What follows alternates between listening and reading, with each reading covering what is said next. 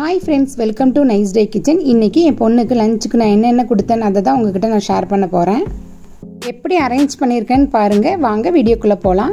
First பார்த்துக்கிட்டிங்கன்னா red soya போட்டு பாஸ்மதி ரைஸில் பிரியாணி பண்ணியிருந்தேன். என்ன தான் சாம்பார் ரசம் வச்சாலும் என்னோடய குழந்தைங்களுக்கு பிரியாணி தான் ரொம்ப பிடிக்கும். அடுத்து பார்த்துக்கிட்டிங்கன்னா சூப்பரான கிரேவிங்க, பீக்கங்காய் கிரேவி செம்ம டேஸ்ட்டாக இருந்துச்சுங்க. எப்பவும் வெஜ்ஜில் காளான் கிரேவி, பன்னீர் கிரேவி தான் பண்ணுவோம். இதே மாதிரி பீக்கங்காய் கிரேவி ஒரு நாள் ட்ரை பண்ணி பாருங்கள், செம்ம டேஸ்ட்டாக இருந்துச்சு.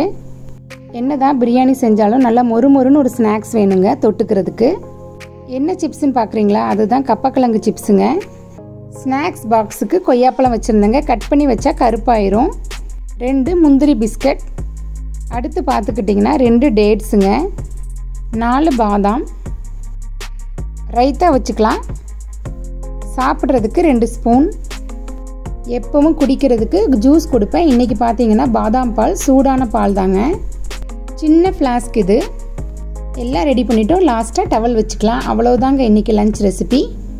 இந்த வீடியோ பிடிச்சிருக்குன்னு நினைக்கிறேன். உங்களுக்கு பிடிச்சிருந்தா லைக் பண்ணுங்கள், ஷேர் பண்ணுங்கள், மறக்காமல் சப்ஸ்கிரைப் பண்ணிடுங்க. தேங்க்ஸ் ஃபார் வாட்சிங்.